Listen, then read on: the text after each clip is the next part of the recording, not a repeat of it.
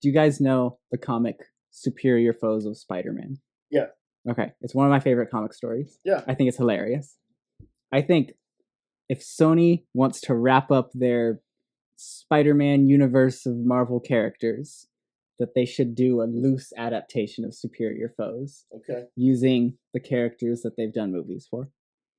Who are these anti-hero, villain-ish characters? You know, we got Venom, we got Craven, we got Michael Morbius at your service. Madam Web.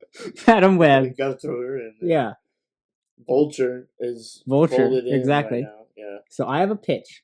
Sony, you can hire me. I will write this for you if you want me to. 100%. I've been thinking about this for weeks now. It's not going to be any worse. No. Honestly, hear this guy out. All right. Madam Web takes place in the 2000s, right? Yeah. Something about, we're going to assume all of these movies are canon to the same universe. Yeah. Madam Web happens. She tasks herself with keeping baby Peter Parker alive and fails because she has her spider people and she's like, yeah, they'll be fine. Something comes in. I'm not sure yet. Maybe it'd be Noel, whatever. We can figure something out. Kills her spider ladies. Now there's no spider people. Get a time jump. And we have all of these like loser characters, essentially Thunderbolts. Yeah. Venom, Craven, Morbius. We have a Vulture who thought that he was going to show up in a universe with Spider-Man, that he can get his revenge, and now there's just no one here for him to fight. All of these people need a nemesis, and so she, whatever time travel wonky thing you want to come up with, comes in and is like, if you guys can help me go save baby Peter Parker again, you will eventually become his Sinister Six. So they have to go back and save Spider-Man so that they can travel to the present and become his nemesis. So Hot Rod, yeah, was trying to make money to save his dad so he can beat him up. Yeah. Honestly, that's better than any Sony project. You can put in whatever, any other villains that you want to round out your Sinister Six. Yeah. I'm using every element we've established so far. Scorpion, you didn't mention him. We can bring in Scorpion, yeah. People who need a hero that they can fight. But in order to do that, they have to go make their hero. It's like Megamind. Yeah, like a blend of Megamind and Thunderbolts. So the only thing is, I wouldn't use no. Yeah, probably because for the whole Peter dying and then that's all that happens. Bring in Moreland. Because once he kills the spider totems, he bounces. Yeah, that's all he needs. So that's their reason for why did this happen. And then nothing else happened. It's like, well, Moreland bounced. And I think you could do a fun play on that of people in the Spider-Man fandom kind of hate Moreland as a villain. Like, he's boring. Yeah. Do something with that. Like, he's trying to present himself as an actual threat and no one will take him seriously either. So he kills a baby. So he goes and kills a baby because he can't not even worth it and then bounces. Because he can't kill adult Spider-Man. Yeah. So it's a bunch of loser villains who have to fight each other. Yeah. Honestly, Sony, we're brainstorming here. The only way we'll care about you ever again.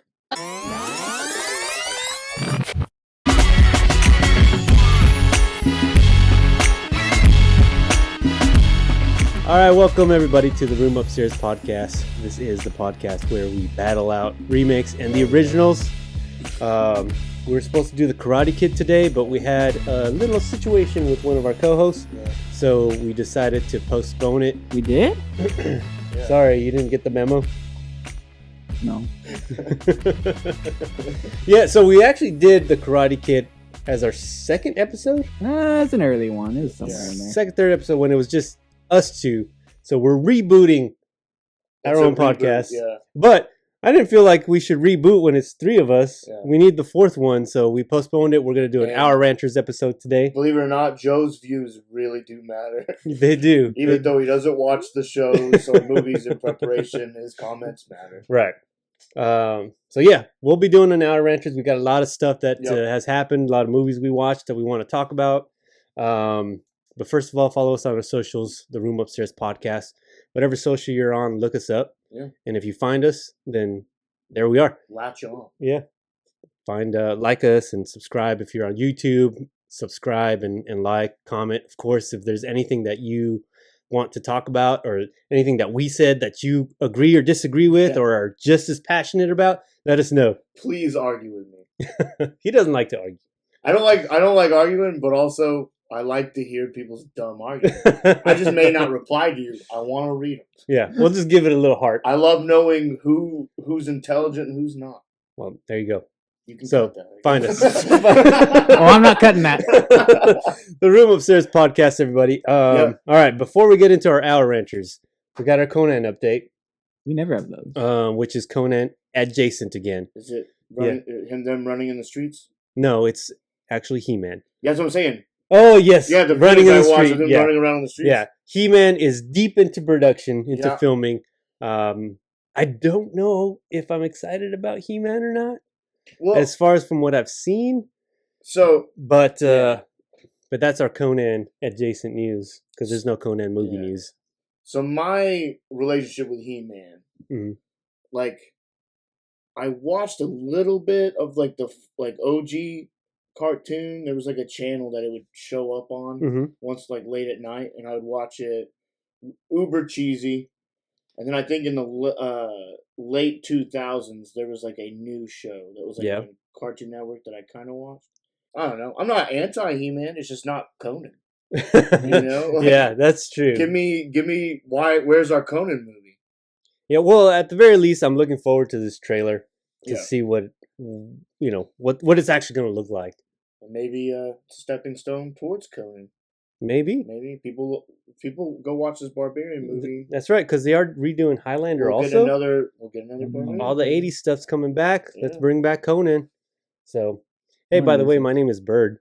Oh, did we not do any of that? No, we didn't. Guys, this is Bird. I'm TallBeing. It's Hayden.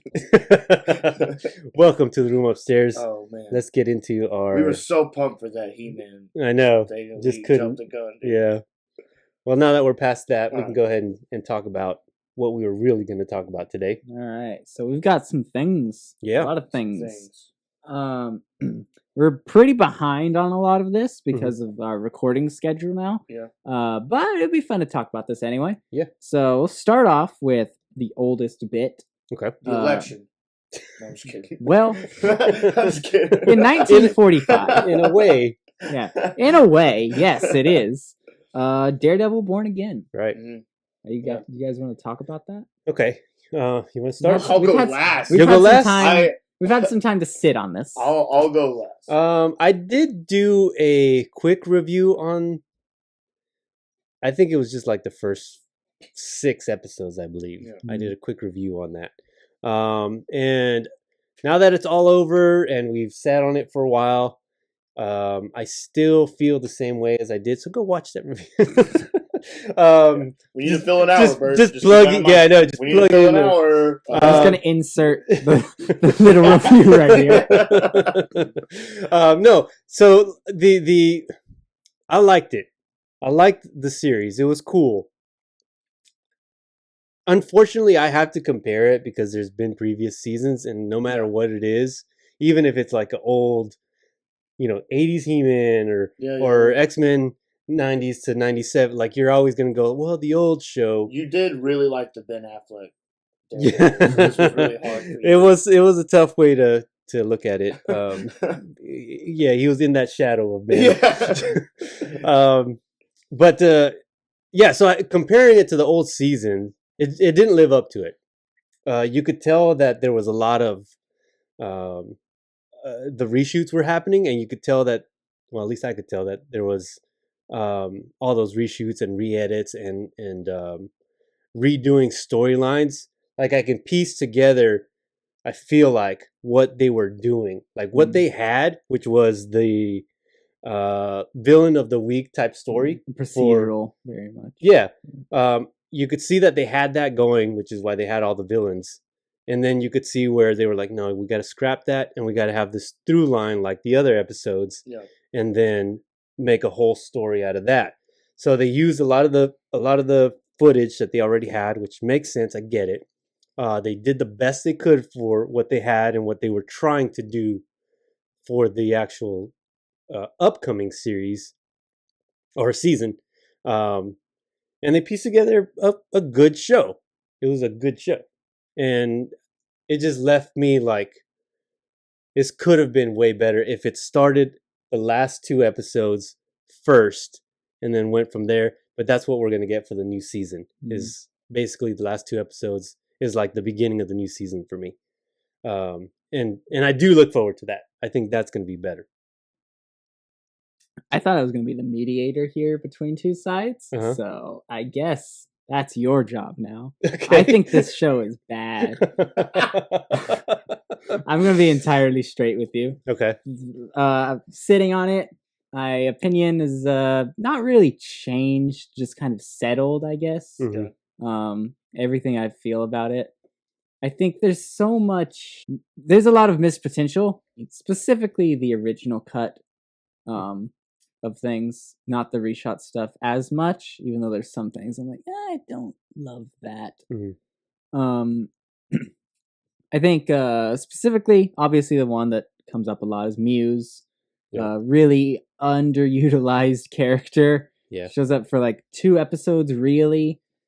And so like my main issue with the show is like you said, you have to kind of compare it to the original because it's in this really weird spot, not just because of the reshoots. I think this is something that they were stuck in from the start because we have not had anything like Daredevil, like this project specifically so far in the MCU. Right. We've had rebooted characters like the Hulk, even though it kind of plays it as a sequel a little bit, which we talked about in the Hulk episode, which you should go watch. We've had things like that where they've taken some characters that maybe have been adapted before and brought them back, completely rebooting them. And we've had like the multiverse continuations of stuff. So like Andrew Garfield and Tobey Maguire coming back and saying like those movies are canon to the MCU now, technically, up until this point. So we've had stuff like that. And Daredevil is real weird because it was canon-ish, canon light to the MCU. And then they decanonized it and started writing the show. And then they recanonized it and finished the show.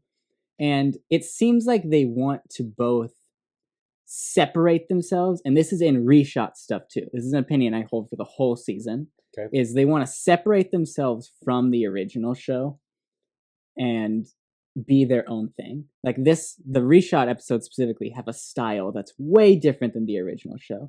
I like the style of it. I think restylizing it and giving it new camera angles and like it has a very different vibe to it that I think works for a sequel of sorts that's coming out years and years after season 3, right? But at the same time, they do things like, and I'm gonna spoil stuff a little bit here. I'm trying to stay light. I think we're all right. Flip. They do like the commissioner death, which is notably more gruesome than anything that was on screen in before that. Both before that in this show and I think in the original show. It really caught me off guard. Yeah, and I think it's stuff like that where because time has passed, but not a lot of time has really passed, like relatively speaking, since the original show ended, there's still this expectation of, oh, well, Daredevil has to be dark and violent and gritty in order for it to be especially a continuation of the show. There would be complaints of like Disneyfying it, right? Right. If it doesn't do that. And so it feels like moments like that are kind of shoehorned in a way that's like, well, we got to do a really violent scene because, well, it's Daredevil, we're going to do it. Right. And it doesn't serve the story. Like it feels like the same as like a lot of the way they use like a lot of the cursing language in the show. Like there's notably more of it in Born Again than in the original show, which is real interesting because it's the Disney one. But it feels like the show most of the time is trying to present itself as something that it's not, like almost like The Penguin.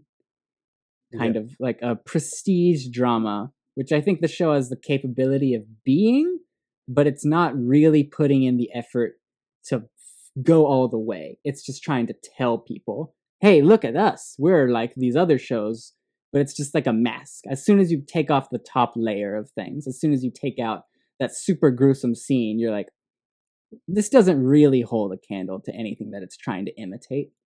And that's my opinion of the whole thing. Like we've talked about a little bit before, the side characters in the original show. Like, you grow to really love them. You adore Karen and Foggy. There's a reason everyone was outraged when they weren't going to be in Born Again. Yeah. But even more side characters, like the editor at the newspaper that Karen's working with, Ben Urich, Wesley, all these characters that you grow really attached to, and then they die, and it's like, oh, that hurt. I'm sorry, Wesley. Yeah. And there's just not that effort in Born Again, even in those final episodes. They do some work to really flesh out those characters, and I appreciate that. And I'm sure season 2 is going to do a better job of it. But especially those first 6, they don't do anything to really flesh them out, and but are still but they're still assuming that you are right. So it just really feels like a lot of missed potential everywhere. Like, even with Muse, there's no, and this is something we were talking about, like, one of the reasons he feels so out of place in the show is he's not connected to anything, really. Like, he shows up and he starts painting these murals and murdering people, and that doesn't have anything to do with the cops. That has a little bit to do with Fisk, and he's the one who starts, like, investigating it when he finds out about it. And it has more to do with Daredevil, just in the sense that it's what gets him to finally start Daredeviling again. But there's some really cool, like, stuff they could have done. We've established Vanessa and Fisk are both super into art. And so I feel like both of them should have at least a conversation about this artist that is doing things to deface them. Like, there's some really cool connective tissue that's there or could be there, but they don't do anything with it. So he just feels like an entirely separate show. And there are all these themes getting thrown around that they don't do anything with. And so I don't think the show is very good, personally. That's nothing against if you enjoy it. I think it's got some really cool, like, action sequences that I think are great. Sure, the CGI is a bit dodgy in some spots, but, like, I think they're going for a much more comic booky, fluid kind of look for his movements most of the time. So I think it's fine. Yeah. But on the whole, I don't like it very much. And I don't want to watch a whole season just for at the end to be like, oh, but season 2 is going to be good. Like, I get that. And I will watch season 2 when it comes out because I do trust that it's going to be good. But I have to judge all of season 1 as its own complete piece. Right. And that is really hard to give it a good score or to leave a good taste in my mouth and still be like, but do you want to come back for seconds? Yeah. Do you want dessert? Like, I know that you have a really well-trained chef here that can make an amazing dessert, but the main course you just served me was not good. Yeah. And that was hard for me too, because I had to take it as what this show was. And it was everything you just said. But considering all that stuff, I'm able to still go like, yeah, it was cool for what it was. But I totally agree with all those things I didn't like that stuff either. But like I said, just taking it for, like, it's just one show. Forget the first 3 seasons of Netflix. It's just this Daredevil Born Again show. All right, it was cool. Go ahead, Hayden. So, weirdly enough, I actually really agree with a lot of what he said. I loved the show. I kind of watched it twice. Like, before the season finale, I went back and watched some of it. After me and you had talked, I wanted to make sure some of the stuff I said was like, was I wrong? Like, because you were saying some stuff, and I was like, well, maybe, I'll go back. And so I agree with everything I said, but TallBeing is right. There are some stuff that feels very shoehorned in. Like, the commissioner murder was so over the top graphic. It felt weird for me. I didn't need that. There was a lot of little things where I'm like, I agree with you. It's like they fit that in there to have like a certain rating, and it's like, okay, I didn't even question like the rating on this because I was just enjoying it until you throw something in that's like that. Well, that's out of left field. I don't feel like they utilized New York enough.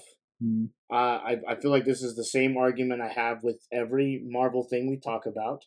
Is something will happen a block away from another character, and it's like, well, for legal reasons, we can't. I'm like, you can't show footage of him at least on the news swinging or something. Like this is he's going after all vigilantes. He says he said and then he really is going after one. He says, and so I love the show. Did not like the finale. It felt very unfinished. And also, can we stop with the 8 episodes? When you look at what Netflix did, they really took their time with a lot of stuff. And if you are saying you can do this better, then do better. Just do the same amount. Really take your time with some of this stuff that you want us to really care about. But all that being said, I did like the new characters. I liked the design of stuff. I liked the little people that they, I guess, legally could bring in, like Kamala's dad and all this stuff. Like, I want to know the reasoning why they didn't bring certain stuff in. I really want to know, because I don't get why you bring in this person but not this. You reference this, but you can't reference this, right? And so I don't understand that. Now that it is like in the Disney thing, you should be able to use Disney stuff, right? For the Disney thing? Like, I don't understand that. Where is Hawkeye? I mean, if we can sit here and only write a Sony movie with what you gave us and it kill, you have no argument for all the things that you have at your disposal. And so, like, I don't know. I really liked it up until the finale. It felt unfinished to the point where, like, the next week, because I didn't look anything up, the next week I was like, I'm pumped for the next episode. And it's like, no, that was the finale. That was it. And I was like, you got to be kidding me. What? I was like, that was it? And so, because me and you talked about all these theories about Devil's Reign, all this stuff, we didn't like She-Hulk, but they could have even brought her in. Like, there was stuff they could have done to where we would have forgave crap. And it felt very, like, unfulfilled, I guess, is the word that comes to mind. So that's what I'm saying is why I feel like you could see where their thought process was during the whole show, because you could see things like that are like, that doesn't make sense. Why are they doing that? Because I'm willing to make a bet that first couple episodes of the new season, we're gonna see the She-Hulks, we're gonna see the Luke Cages, we're gonna see like whoever, they'll be in that. It'll like replay that going into the diner scene, and then like behind Karen, someone's gonna pop out, and it's like, yo, that's whoever it is. Yeah, okay. Because it's like, we have to redo this season. Let's do what we can. Let's set it up for the next season. Next season is when we're going to go all in. So now they have all the time to figure out all the little details for all these characters that they're going to use. And that's what I'm saying is like, I could see that. And so like, it makes it unenjoyable for me. It was the same thing with Captain America Brave New World. Like, I liked the movie, but I could see that like, you move things around to make it fit with whatever thing. And it makes it less enjoyable for me. I couldn't see that. That's why I'm mad, because it was like, it felt like, man, you guys didn't do nothing. Yeah, like, but that's what it ends up feeling like. And but you're hopeful. Like, it's like none of that sets in till I found out it was over, and then I was like, so we're not getting this in the final episode or what? That's it. Because that's always my argument. It was like, well, hold on, like let's see, right? Let's see. Like, my best example is the Kenobi episode season. When Reva kills the Inquisitor, fans went ballistic because they were like, what? They're retconning all this. The Inquisitor's dead. Yeah, it's up like, to this point in the history, he should have be been dead. And but you had some fans that was like, well, hold on. Let's see. And they held out hope. And then I am one of the few people that really liked the finale of Kenobi. It felt like two different finales, but that's a whole nother podcast. This, though, I did. I felt very unfulfilled, very like...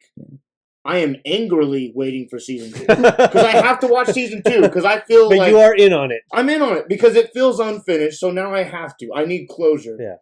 But I'm not excitedly waiting. I am like, like, the first episode of season 2 is going to be probably the finale that they denied us. Yeah. And I don't like that. I don't like that. Yeah, that's what I'm saying. I think it's going to be like that. Yeah. But they did their job where we're going to watch season 2, all three of us. Yeah, you got me roped in, you jerks. Yeah. So that's at least going to happen. They got us. Is there anything else on this, or do we want to talk about something that we are excited about?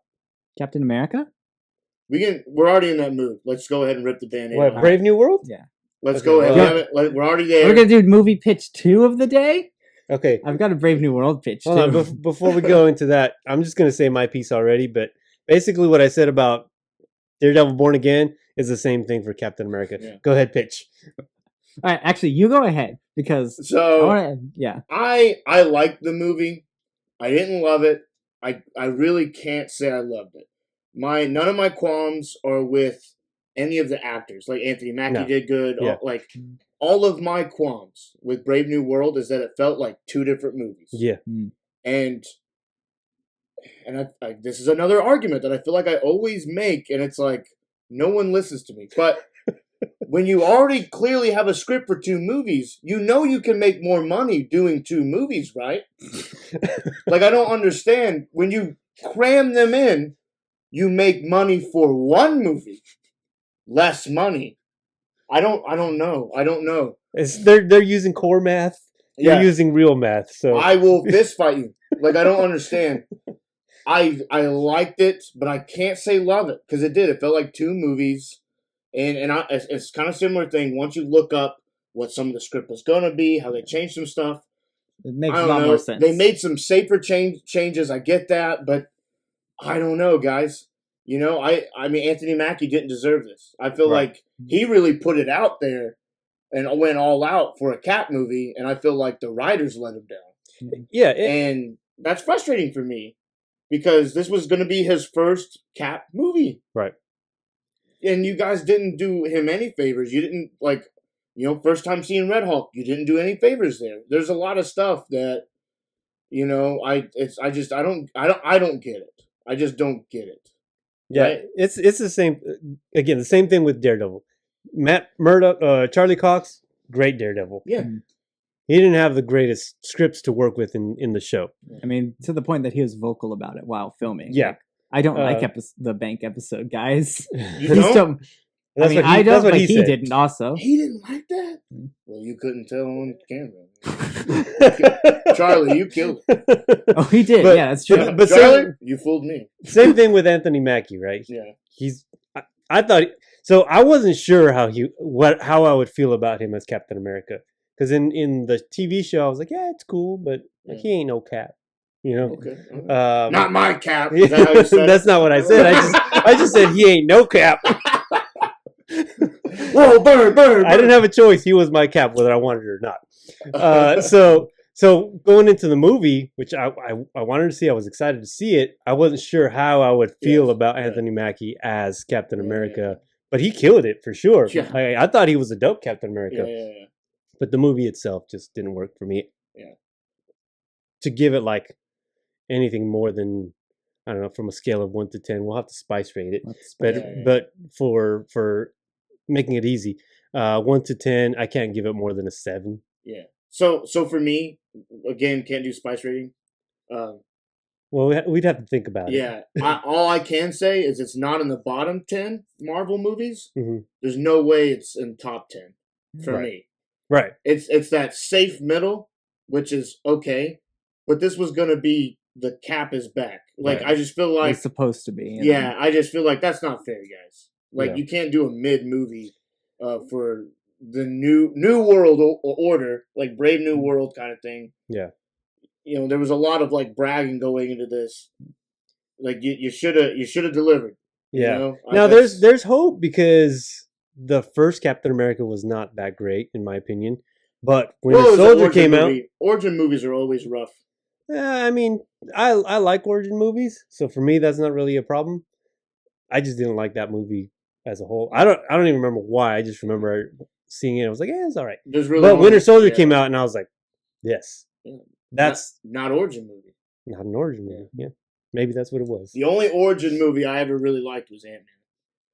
All the other ones, it's like, it gives you the context, and then you can move on. But Ant-Man, I was like, nice. Yeah, but you like Spider-Man, right? The Toby. I mean, I did when I was a toddler, yeah.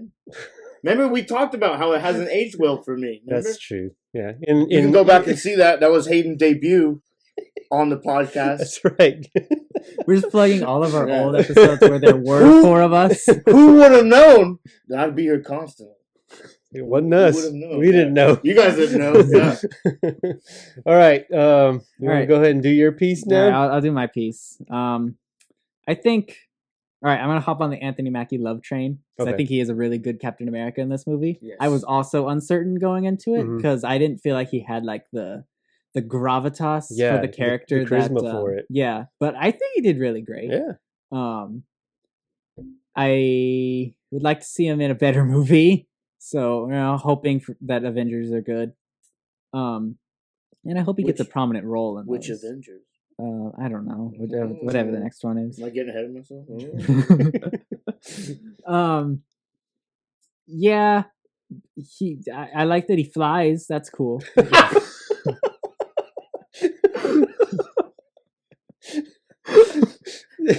That new superpower they gave him where he flies. IMDb review, 3 stars. He flies in this one. They fly now. They fly now. What, they fly now?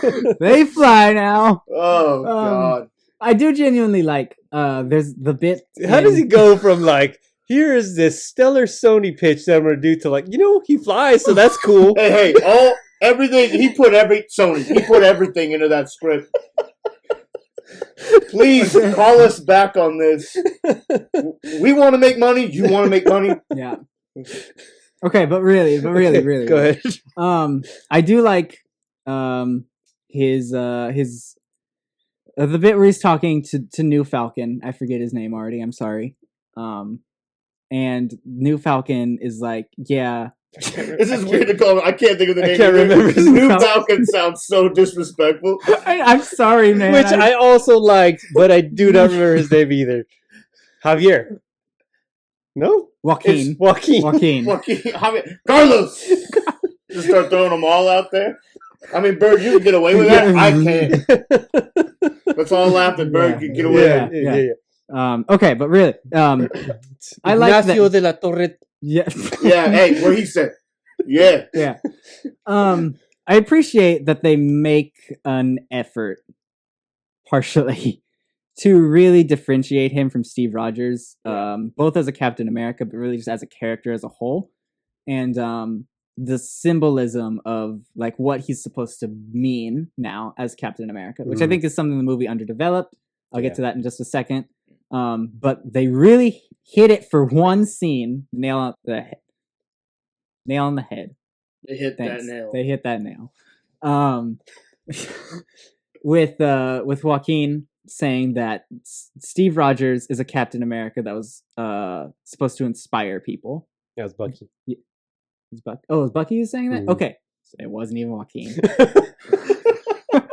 Red Hulk said it best. Red Hulk said it best when he told him.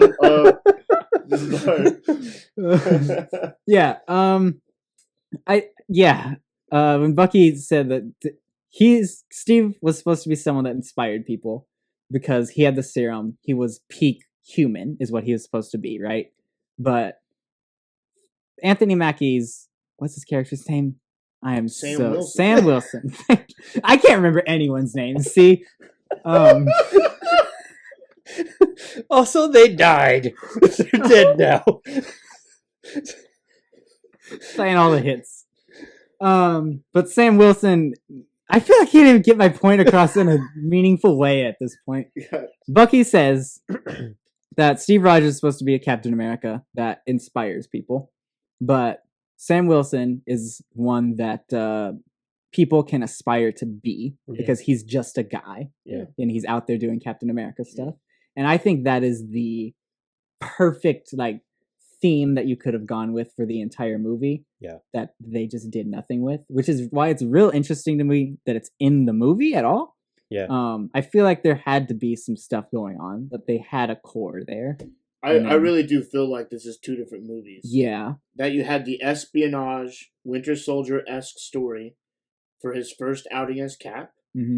Red Hulk should have been a villain for the first Avengers team that he put together. That way we're not seeing his team right with all these connecting movies and the big mess. That's just what I'm referring to it as now. The big mess. That's big mess. That could have been the perfect Avenger outing. Yeah, I can see that. And so I really do feel like this was two movies that they were like, we got to put them together. We have to get people to care about a whole bunch of stuff in one movie. Well, when you do that, then you have these scenes that feel weird. You have stuff that feels missing. You have stuff that feels sped up. You have characters that's like, oh, I like that guy. Oh, we'll never see that guy again. Okay, like stuff like that. And so I'm gonna push back a little bit on that. I think Red Hulk, in the hands of a better writer, would have been a really interesting villain for this movie. And my main complaint, whenever anyone asks, what'd you think of this movie, has always been not enough racism. And I say that half jokingly, but I'm going to be entirely truthful right now. Okay. You haven't lost me yet. I'm just like, all right, be careful. Listen. I promise this is in service of a good, I hope, good story. All right, I don't trust me to write this. That's how, I think this would have to be someone who's really into this idea and able to play the nuance extremely well. Would have to write this movie. That's why I don't trust Marvel to do it at all. That's why I think they didn't do it. But I think it would have been really cool. So we need to get Sony in on this. Is that what you're saying? We need Sony. You're right. Sony, you want to do a racism movie? Sponsored by Pepsi. Featuring Madam Web. All right, go. Okay. So the pitch. Red Hulk is still the villain. Okay. More or less the same story. I think we can cut leader out of it for the most part. But the core concept of Captain America versus the President of the United States, a black Captain America, I think is really interesting and something they could have done some really neat things with in a modern age, especially. And I think having your main villain be someone who doesn't want this specific person to be Captain America, and in the third act, to turn into a giant monster fueled by hate could have been really interesting. And I think if they would have doubled down and made President Ross an actual racist who just despises black Captain America, and I'm really dumbing this down. I think there's some really nuanced things you can do with this. But the idea of a racist president becoming this huge Hulk monster that Captain America has to fight, I think there's something there. I think so too. I think there's something to, and you can tackle actual political themes, because the first 3 Captain America movies are all about propaganda and government trust. It's not something that they're shying away from in these movies, which is why I think it's real weird that the one which feels like it should have been the most politically charged is the least. Yeah. And I think there's something there. And I don't trust myself to write it, but... And I think that line that you were saying that Joaquin says about aspiring to be, I think that line would have meant so much more in that context too, where like there's all this animosity happening, and then Bucky's like, people aspire to be you, like we need you, like exactly who you are. Like I think that line would have hit so hard. The strength to be able to stand up to a monster that you literally can't take a punch from, or you will die. Well, see, if we're doing that story, I don't think Red Hulk's that guy though. I don't know that, but it didn't have to be as overt. It doesn't have to be as overtly racist how you're saying it. Yeah. But some sort of theme there, I think, works. Kind of like how... Because there are, like, in the comic books, like, when they were doing, like, the World War Hate stuff right before Axis, where Red Skull takes Xavier's brain, so he has the ability to implement hate. Like, that's that whole storyline. Oh, yeah. Is he's trying to bring back racism, trying to bring back, like, all this stuff. To where, even as the heroes are trying to fight that, they're losing. Now they're fighting each other. They're questioning things. And then you're getting to see these little, like, biases that the heroes have with each other. Yeah. Which is weird to shine lights on that, but the heroes have biases. And so, I'm not saying that story shouldn't happen. Yeah, but it's weird to take a character that has never been connected to battling racism and make that your bad. Yeah. When you have, like, at least 5 characters that it's like that, they represent a lot of bigotry. Yeah. I'm thinking just more along the lines of, if we have to stick to as much as already is in the movie as possible, this is what I would have gone with. But yeah, I agree. There could have been other. Because then it's like, I don't know. Then you have to have, like, a crazy redemption for Red Hawk. Yeah. Or we lose him for any. Because no one's gonna root for, like. So we're keeping the racists on the new Avengers. Yeah, he's on. We fought and I lost my wings, but, like, we're good now. And it's like, no, we're not. You know. I mean, if he comes coming to Jesus moment, you know, then it's. Oh, now we're bringing in Jesus in the Marvel universe. These are all big asks. Yeah. Sony. No. Do you want to make a Jesus movie? Again, it doesn't have to be as overt. The idea of Godzilla -1 being like an allegory. Yeah. I got you. You know, like that. Well, see, if you're making that argument, then I feel like they already did that in that movie, though. Yeah. Because I have a buddy that took it like that, and we had a discussion about it. Oh, okay. So yes. Yeah. But I think that's what you're touching on, is that it was there, but, like, the core of it maybe, there, but yeah, maybe not. Like, if he's saying that if they sat down and were like, this is what the story is going to be, and we're going to flesh this story out, it would have been. Okay. And I agree. I think it would have been much better. It would have been meaningful. It would have been impactful. Yeah. I would have enjoyed that, I think. Okay. Possibly. So that's my second and final Unless pitch. it was like, oh, wow. Yeah. I can't wait for DC to come out with Superman. I mean, he's for America, right? Yeah. It's always rough when you do the stories that need to be said, because then they come off sometimes as like, oh, okay. But then it's like, well, I mean, okay. Okay, what are we into now? Well, so we went to go watch Thunderbolts. Yes. But while we were there, some trailers played. Okay. And one of them is for Fantastic Four. Which, before we get into that, the theme, which the music is being done by Michael Giacchino, my boy, is just the same note 4 times. Fantastic Four. It's just this.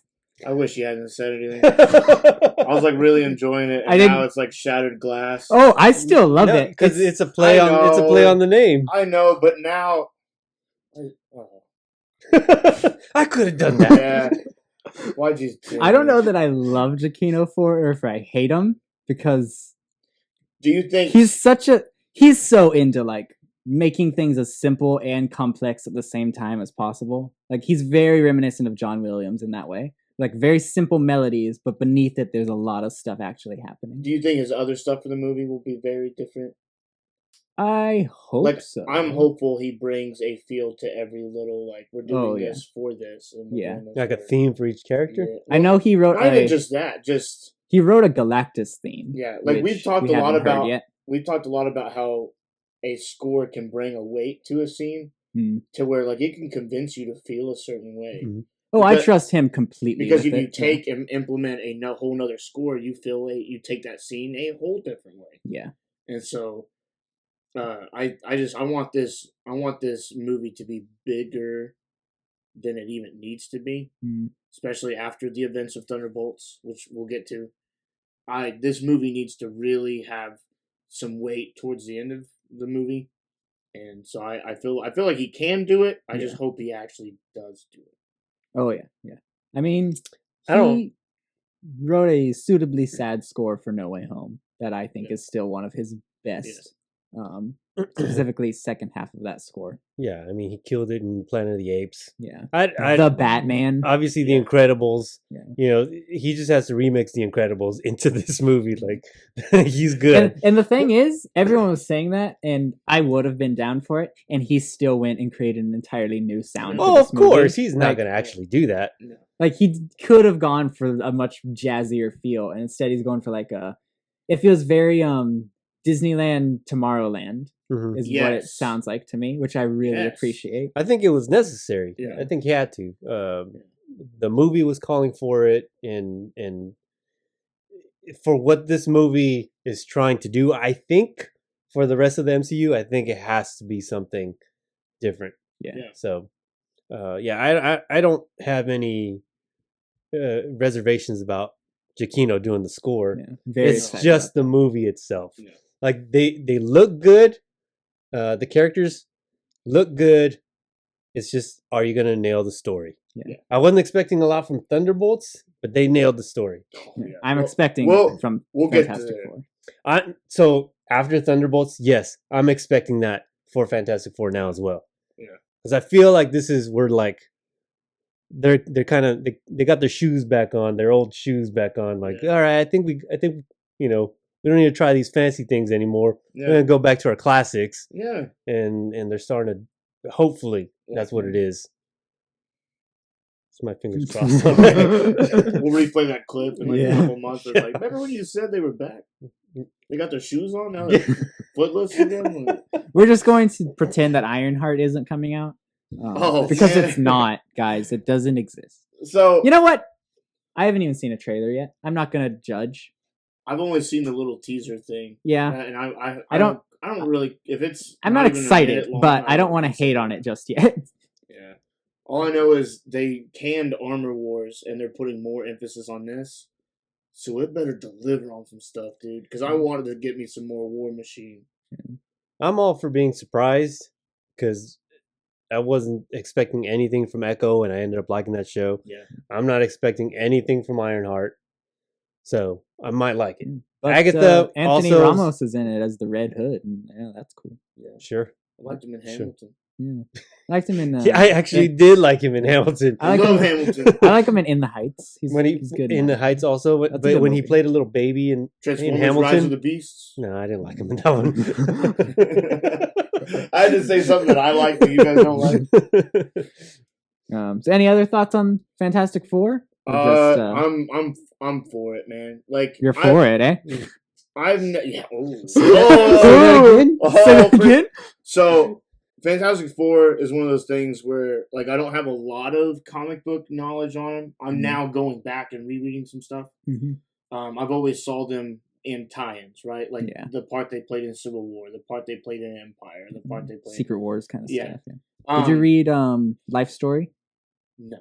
I recommend reading. I have some really old stuff that I inherited from Joe, and then I went back and started reading some stuff after the events of Secret War, where they're out rebuilding stuff, and now they're going to come back. Just in preparation, because I mean, I'm out of the four of us, I'm the one that always likes to compare it to comic book knowledge, and I know that sometimes that cannot be safe. That I need to be more lenient, but I still like to go in with some knowledge so I can appreciate the stuff that is accurate. Like when they get characters right. I want to give them props when they're like, hey, that suit design was beautiful. Hey, that person really did bring the cadence. Like, you know, I want to give them props when it's like clearly you cared enough to read some source material. Yeah. You know? And so I'm having to do a deep dive on some fantastic stuff. So if anyone has anything they would like to recommend to me, I'll read it in preparation. But no, and it could just all be because of how Thunderbolts ended. But I'm pumped now for Fantastic Four, like so much so that July is going to be a very busy month for me. So after that played, we went and watched Thunderbolts. So what did you guys think of Thunderbolts? Asterisk. All right, so I really loved it. Should I go first or should I go last? Yeah, go ahead. Go first. Okay. So set the stage. Guys, if you haven't went and watched it, what are you doing? You know, it's probably at the $1 movie theater now. Go midday. You know, call in sick at work. Go watch it. This movie is so great. It hit me on a lot of deep levels. You know, we kind of talked about it with Cap. You know, the tones that could have been there, right? Well, this one really breaks down depression and that feeling of not being, of the feeling of being worthless, alone. And I'll be transparent. I've battled with that my whole life. This movie comes in and comes at it from a place of like, yeah, it can be weakness, but then these characters who you've never cared about up to this point. I did not care about Ghost and Ant-Man and Wasp. I didn't really care about John Walker and Captain Winter Soldier. I didn't hate him. There's a lot of people that hated him. I don't agree with you. That's a whole different episode.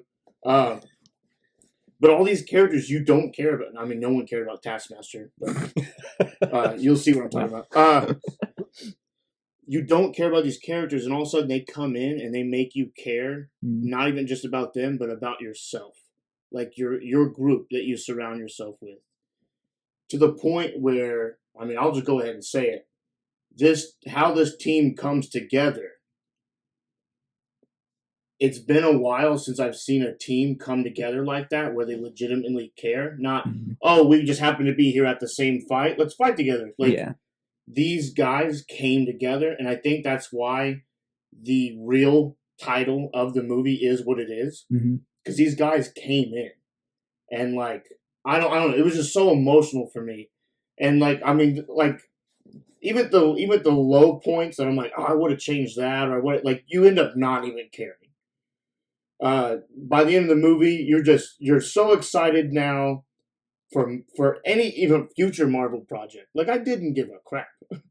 Like, what was gonna happen after this? I came in here thinking, oh, this might just be a better Suicide Squad, and I'm like, dude, this is better than a lot of things.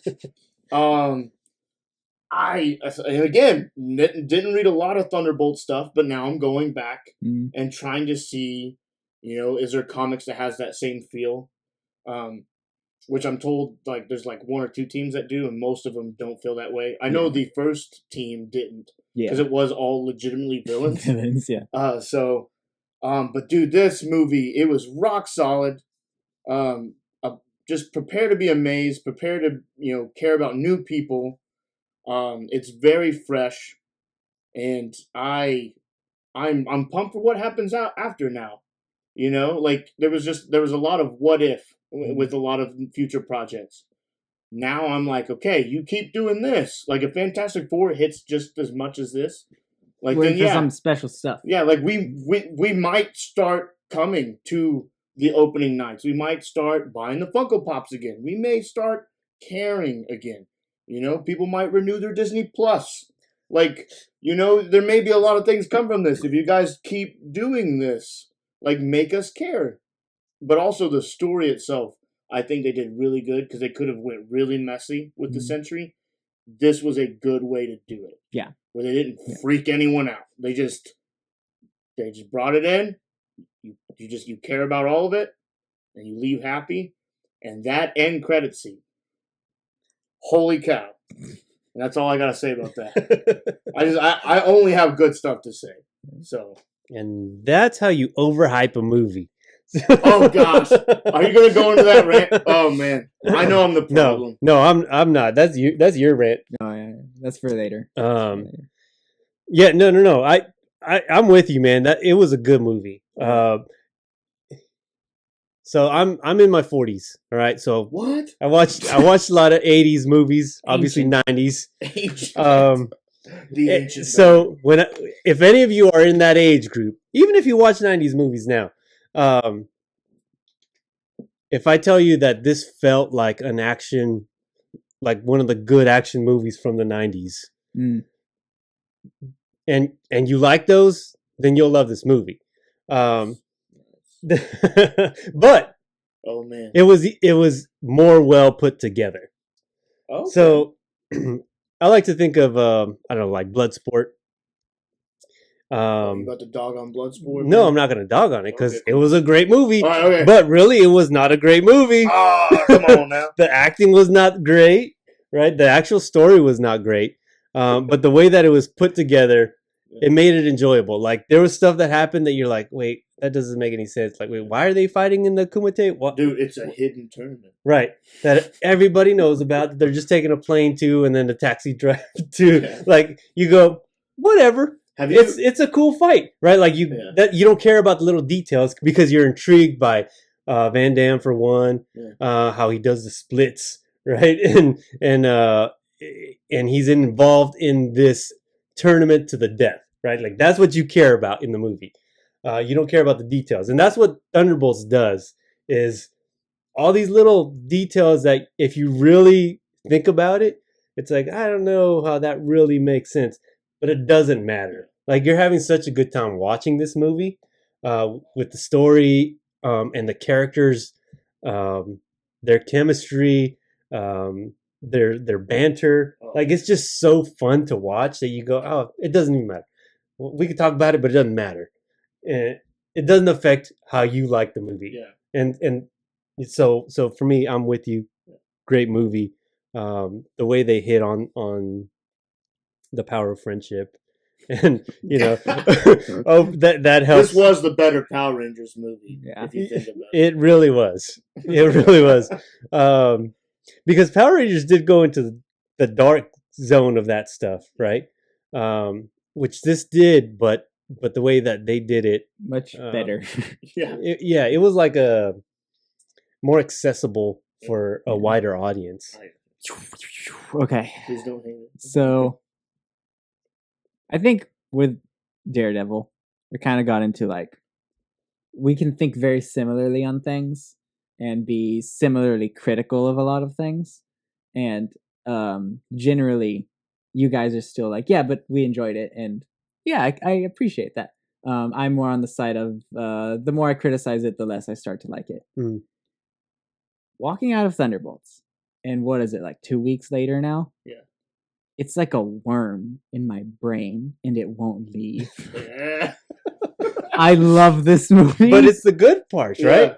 Yeah, like, it's growing on me. Yeah. I want to rewatch it so badly. It's got so much rewatchability. Yeah, I left wanting to go rewatch it already. Dude, the days where you would go to the store the second a movie released in physical copy, right? It's been a while for me.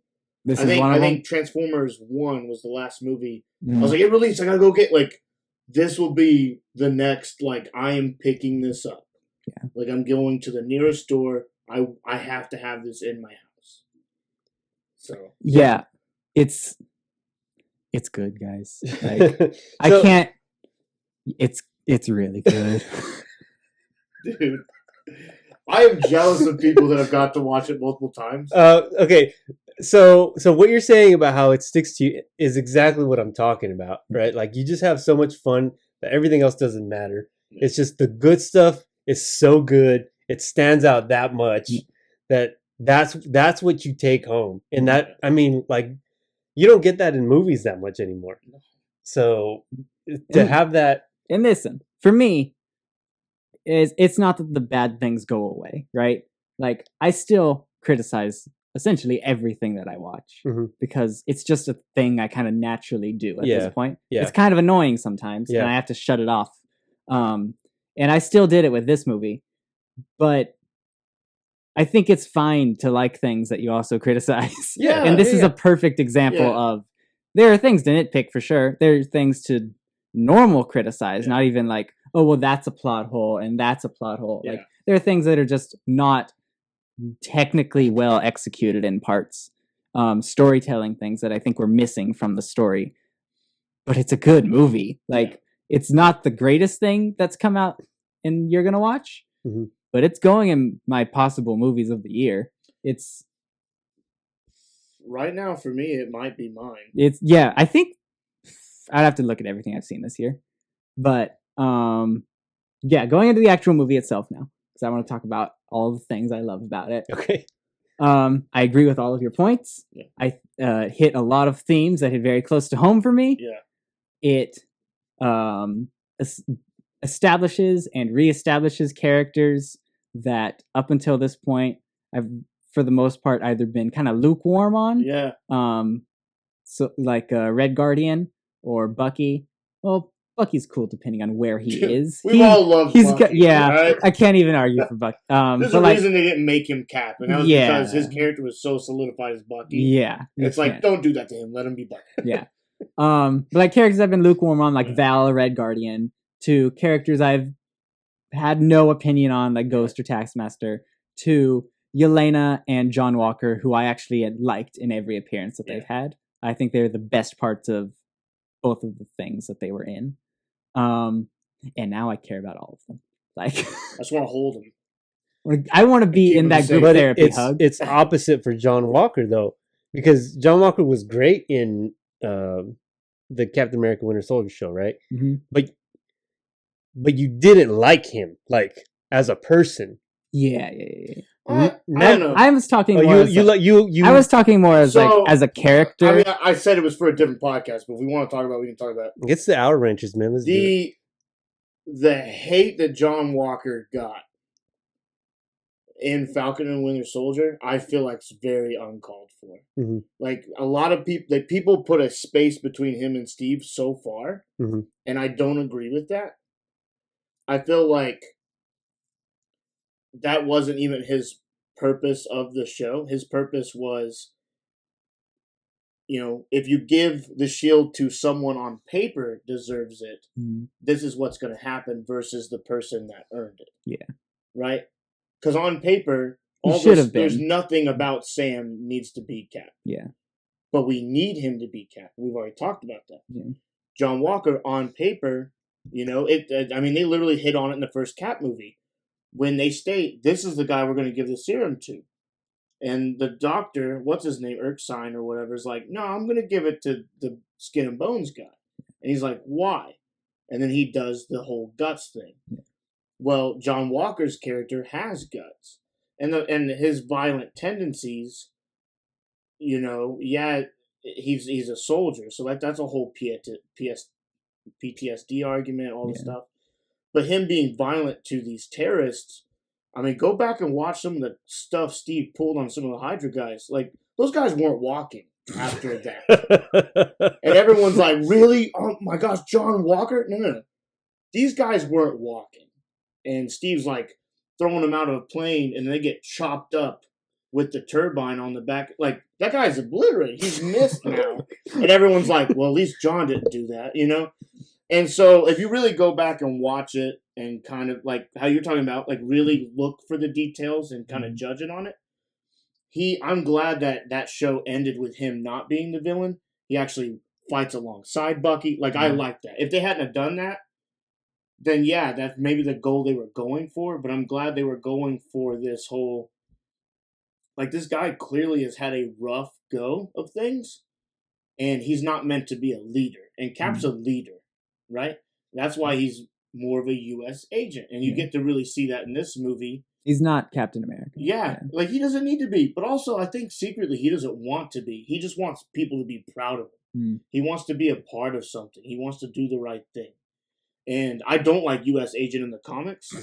I love John Walker now. He's probably one of my favorite characters from this movie. And now I'm like, dude, I'll defend him. Like, if anyone tries to say anything, I'm like, dude, I will fight you. Like, John Walker is just misunderstood. All right? But yeah. I don't even remember what I was talking about. I don't know. You brought up something about... You were talking about the characters. Yeah, so characters. Yelena's awesome. Stole the show. It's definite. Went into it. We talked about this before we went to watch the movie, like on the way there. And then also on the way out. Having seen it then. Expecting it to be like an ensemble piece, like all of the Avengers movies. And it does feel like a Yelena movie.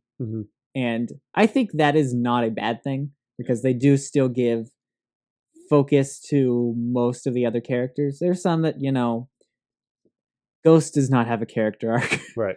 And I think that's one of my main criticisms of the movie is it feels slightly too Yelena focused, but I don't think it's too much her. I think it needs her as like the core of it all. The through thread. It needs just a like 10 more minutes to give to split between Ghost and Walker. That I think would have really rounded out the cast for me. Mm-hmm. Obviously, Bob. The best part of going to watch the movie, I'm going to be entirely honest, was leaving the theater, which was almost full, which was awesome. And the amount of times I heard the name Bob, everyone who left the theater left talking about Bob. It was awesome. It was like leaving Infinity War and everyone talking about Groot and Thanos. Yeah. Like, it's such a unique experience to be surrounded by people who are also appreciating the same thing as you. And so, Bob is awesome. Yeah. He's the second best character next to Yelena. I can get into Sentry Void stuff in a second.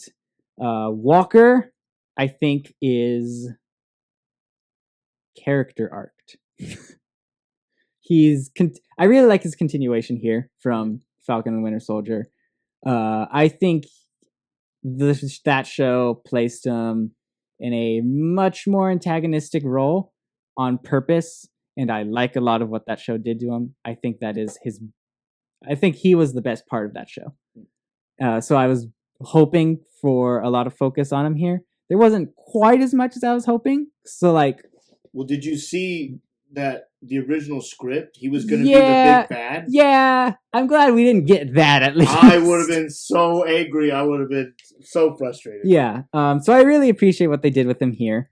I like that it was really only him and Yelena and Val that got Void Visions.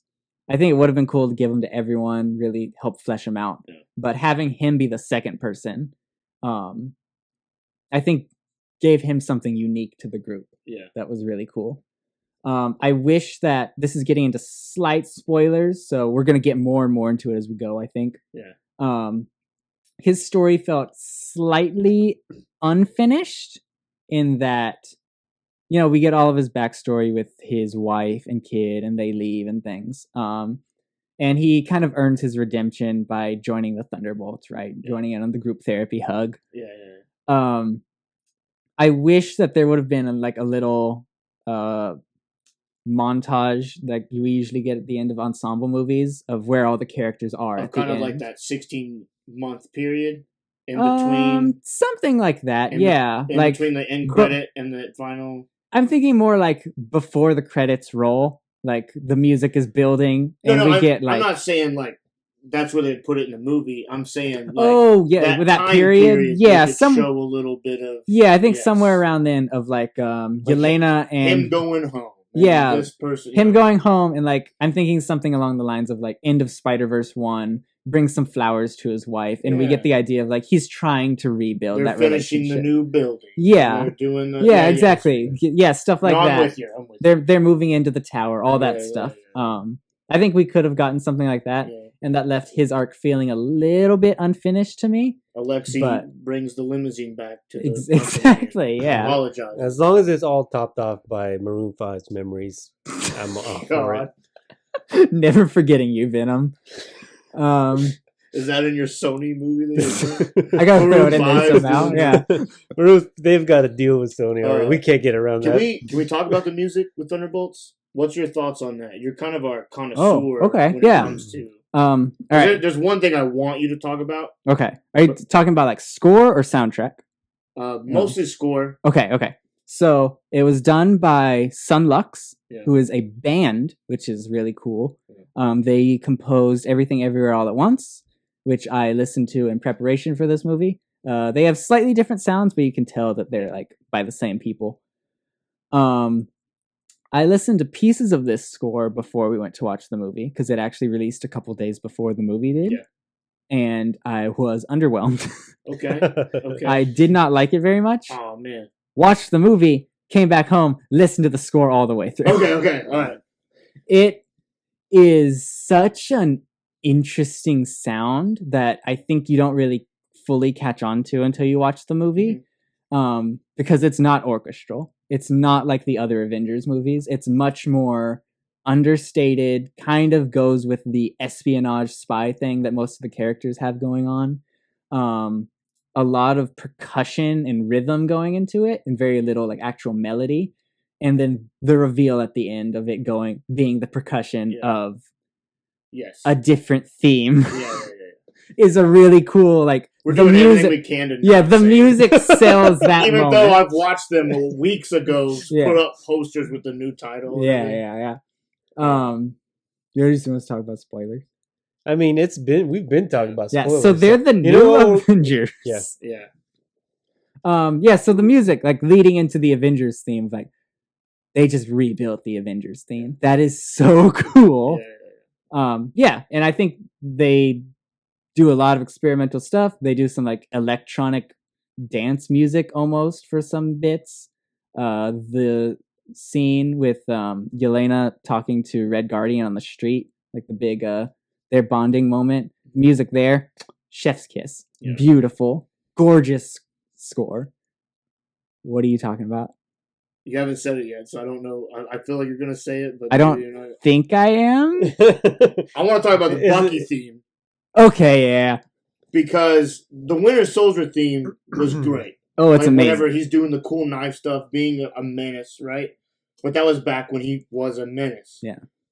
Winter Soldier's gone. And I like how they're like, well, let's give him a Bucky theme. Mm-hmm. From now on, this is it. If Bucky's doing something, this is the Bucky theme. Yeah. His entrance, it's really cool. It's not his entrance into the movie. It's him like getting off the bench, so to speak. Do you guys agree with that? Yeah, it's the. I don't remember what scene you're talking about. The motorcycle. Okay. The Terminator 2. Okay. Yeah. Coming in and his superhero entrance. Dude, I love that now. It's like, I mean, and this is why. I'm glad he's not the new Cap. I know a lot of people are like, well, in the comic books, he was Cap first. I like Bucky as Bucky. And this is one of those scenes now that's going to be etched in my head of him coming in. And like... I feel like this is the new definitive Bucky scene. It's so cool. And they're like so happy to see him. They're like, it's Bucky! And he's just like taking out these dudes. Like... John Walker, who hates Bucky, was happy that Bucky was there. I have a theory about that, because I went back and watched that show multiple times. I don't think he hates Bucky. I think he's mad that they didn't want to stand with him. Yeah. Because there's multiple points where it's like, I want you guys on my side so people will view me as Cap. I think it's kind of a fangirl moment. Yeah. That we're finally getting to see. You were best friends with Captain Bucky's America. not looking at him, right? So he doesn't know Bucky sees him yet, and so you have this moment of like, it's Bucky! Like, oh my god! Like, this is why he got into the business, right? Like, and because all of them view Bucky that way, and you can tell he's the one he's been around. bettered his life, and he's so cool. Yeah, all of them, in a weird way, have to idolize this guy, and so when he comes in, it's just such a cool, like, them. It's such a cool. You can't really say meet cute. What's it called when it's uber violent? Meat brute. Meat brute. So this meat brute moment where, I mean, it's a lot of violence, but it's so cool, and with that theme, such a cool moment. I mean, it was probably one of my favorites. I have a list of like my favorite scenes of the movie.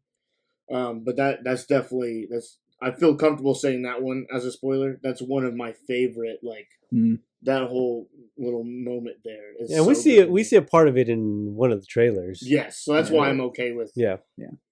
But the whole scene was great. Yeah. So what about your views on the score? Do you have any thoughts? No, I don't have anything specific on the score. I thought it was good. I appreciate they go for something different. Yeah. I thought it was a good score. But I can't think of anything in specific that was like, I like that part. I get you. Yeah. I get you. You want to wrap it up with Sentry and Void? Okay. Yeah. I mean, I kind of already said my thoughts on them. I think they did a good job. All right, because I got a couple smaller things, honestly. One, I think Sentry is cool. And I think having Sentry and Void being essentially like Bob's bipolar disorder is a really interesting way to use that character, because that's not quite what he is in the comics. Yeah. But the way they play it here, I really enjoy. It's an entity in the comics. Yeah. It's another thing. Yeah. And so having him swing back and forth between them, I think, is really cool. So I appreciate that Sentry uses like his super speed almost primarily as his thing of like very. He doesn't play it as manic, but I can see it working that way almost. And I like that the Void, on the other hand, doesn't attack. Like, he could go in and just start choking people. They could have played him as like this evil Superman, but it is a very obvious manifestation of his depression because he just detached and he just stands there and spreads. Yes. If you let the depression go, it just consumes everything. I mean, and I think it is a perfect superhero allegory for it. Yeah. Like, it's so it feels very intentional how they played Void in this movie. Having it just be a total blackness. They don't go for like the Lovecraftian creature look. That minimalist take they did with it was perfect. Yes, I agree. Because if you look up some of the Void concepts in the comic books, they all look very stupid. Right? The gangster one? It looks like just an evil alternate world Sentry. Yeah. No. It needs to be this Void, this kind of it's not just like the bad guy version. It's the bad thing version. Yeah. It's the thing about him that he's not proud of, that he wishes was a part of it. And so yeah, I think it's one of those like, so I don't know a whole lot about the Sentry or the Void. Yeah. But to me it just seems obvious that that's what this character should be. Like the Void, even that name, like it doesn't come from like he calls himself, well, I'm the Void or whatever. No, it's like what it feels like. Yeah. Right? Like that just seems so obvious. Like it didn't name itself. Yeah, that's what people refer to it as. That's what I'm saying. So like it just felt so natural to like. Very cool. Very cool. Obviously, this is depression. Like it's the Void. Yeah. And the Sentry is the opposite, right? It's when you're having your good days, you feel great, you feel invincible, like nothing can stop you. And that's exactly what was happening with when he was Sentry. Yeah. He was like, he tossed the Thunderbolts around like nothing. Dude, I mean, he ripped off his arm, like Bucky's arm, and hit him with it. I was like, oh no! You can't go a movie without losing that thing. It was almost Baby Kong. That's what it reminded me of. If he would have used it to hit the other people, oh man, I would have been like, guys. Yeah. But yeah, it was just a perfect way to use that character, and that's coming from someone that doesn't know who this character really is. Yeah. That just made sense to like, well, yeah, that's it. Yeah, like that was perfect for me. Yeah, but I do really like how it was opposites and how he was like, well, I can't be the Sentry without also being the Void. Yeah. It's these two parts that are always there, kind of in conflict. Which I will say, I hope he gets to a point where, like in the comics, he masters that. Yeah. I am happy it didn't happen within this movie. Yeah, it feels like a full arc that I feel like they're going to wait for a time when we have to use it, and it's one of those he's going to lose his friends, and then he's going to do the right thing, and there won't even be that room. And you know that when you deal with depression, that when you're focusing on being there for others, you don't even think about your own stuff. Yeah. And so I'm happy that it ended the way it did. I just, if we never get that kind of, I guess, resolve is the only word I can use, then I don't know. Like it can be years from now, but as long as it comes up and it has like, oh, nice. It's that. Yeah. It's that Cap lifting the hammer full character moment. Arcs, it's the, okay, we've wanted this for years. Yeah. Bob's back. You know, like, I'll be fine if it's one of those big moments and that's all we get. It will still be worth it. We just have to keep seeing him. Yeah, is the thing. Yeah, like so he's got to show off. up. Yeah, he's got to show up in other things, even if it's not for like a whole. I need him to be the new Wong, where he's just always around for stuff. Like it fits with the Sentry's character. Yeah. You know? Yeah. And I'm kind of on that, and I guess we can kind of wrap up with this if you guys don't have anything else really, because it's at the end.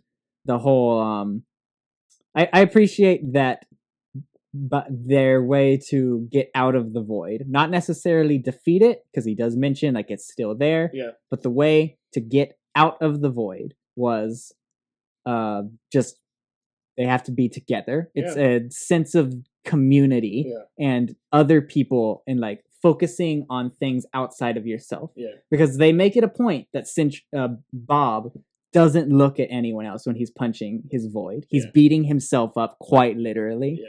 And so it feels written by people who very much understand everything. And I think that's why even the group I went with, it really resonated with me. And then everyone else was like, that was a great movie. For me, I was like, you guys don't understand. Like, I needed this movie. Yeah. Right. Like, I'm happy you guys liked it. Like, this is what it's like. You know, you want to talk about you don't beat it. I mean, I'm 31. Yeah. Like, this is something I've dealt with for years. You don't beat it. You find ways to pacify it. You find ways to pause it, to quiet it. And, I mean, I'm not going to start preaching, but as a Christian even, like, there's ways of battling it. Yeah. But it's battling it. Yeah. You don't beat it. I have yet to find a way where I'm like, that's done. Oh, wow. And so I mean, I feel like I keep talking about it. I really love this movie. But I think they did it a perfect way. Yeah. Everything was just so perfect. Well, there we go. Yeah. That's Thunderbolts, guys. Please go watch it. It's very good. Yeah. Well, I've got a couple smaller things, and we can finish off with our big ones. Okay. Supergirl finished filming.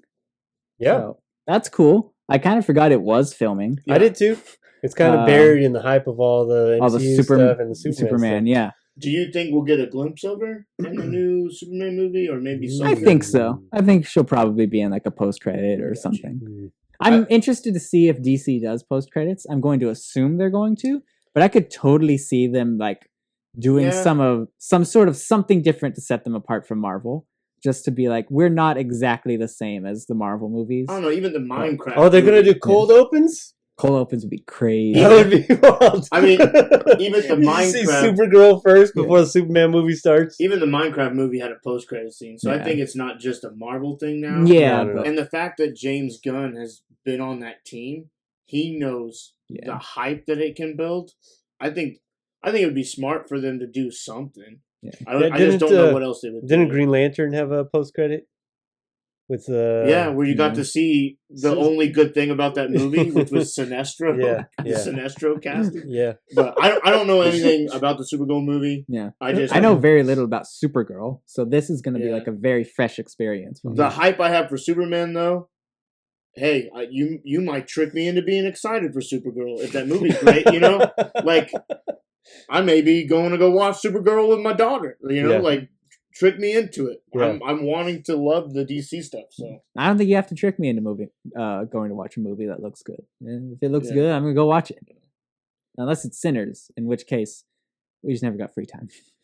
Yeah, me either. And I was like really talking that movie up, and then like no free time. Yeah. Now I'm like, crap. As soon as it's on Amazon, I wanted to give that movie money, and it was just like, but I've only heard great things.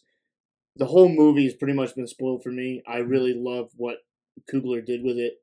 But yeah. From what you heard. Here's the thing, dude. The people I heard it from, I mean, they're usually on par with like my views and rants about stuff. And so like if they love it, this will be the first movie that we didn't agree on. So I'm having a hard time, you know. But yeah, so Supergirl and Sinners, I guess. Somehow those are connected. Back to back. Yeah. And we got a teaser for Godzilla X Kong 2? 3? What do we... Well, see, so I got, so it's Godzilla versus Kong. Yeah. Then Godzilla X Kong. So this would be Godzilla X Kong 2? Yes. Or are they doing like a Rambo, like first blood second blood thing? Like... I don't know, but it's called Supernova, Last Blood, right? Part 3. Yeah. Like, I don't know. Like, yeah, I think that's what it's called. It's Supernova. 2 Godzilla, 2 Kong. Yeah. That was the other one. That was. I didn't see the trailer, but for one, I'm not going to watch a 1 minute. Show much. I'm not going to watch a 1 minute trailer. And by much, it's just the title and right. Quick so, thing of. If it's a trailer, a 1 minute trailer, teaser trailer for something that I'm already going to watch, I'm not going to watch that trailer. If you're pausing right now to go look it up, don't pause this to go look it up. Like, just you might see it. Just don't. If you're already planning on watching that movie, yeah. If you don't know what we're talking about, go watch the trailer, and then you might get. I don't know if it's just it's just a title card. Then it won't build that much hype. That's why I'm trying to save them. Like, if you're already in this world. Now you know a title, but it doesn't. It really. I mean, I've seen people try to look for stuff and Easter eggs. It doesn't give much. Mm-hmm. I hope they go to space. I don't know if it'll be in theaters. They build a whole spacesuit for I hope they fly. Please build a spacesuit for Kong. Like they started with the glove, but like with a bubble helmet. Yeah, you know? they started with the glove. Just give them a whole cinnamon, dude. Can we give Godzilla wings like a dragon? Like he mutates again. Yeah. I suppose you can speculate with supernova, right? Because that's kind of outer space-ish. So I think something's coming from space. Right. That's all I'm gonna say. It might be. So anyway, that's coming. Yeah. When is it coming? 20-something. Okay, 2026. Somehow still before the next Spider-Verse movie. Yeah. You know that. Still before Blade. Yeah. Before. Speaking of Spider-Verse. What? Oh, Spider-Man Noir? Yeah. So we got a first look image at that. Yeah. He's there. He's there. Honestly, I like it. It's got like a very simplistic comic look to it. Yeah. They didn't, at least from what we saw, like over-design the suit. Might have under-designed it, but if that's just the look of the show, I'm in. Right. Honestly, just the little clips of him from the first Spider-Verse movie.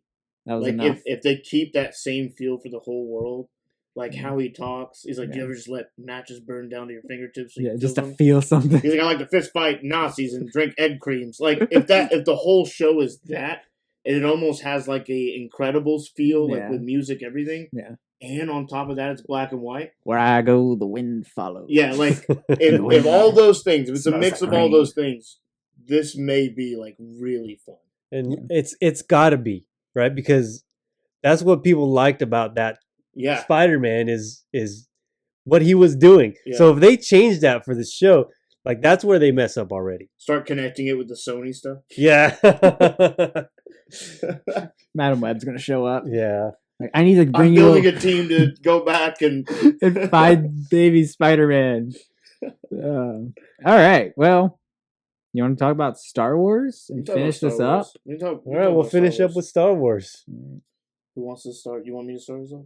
You start. You're kind of looking at me. Yeah, you start. You were the one who wanted to really get into it. Yeah, well, I wanted to get into it because I'm really enjoying Andor.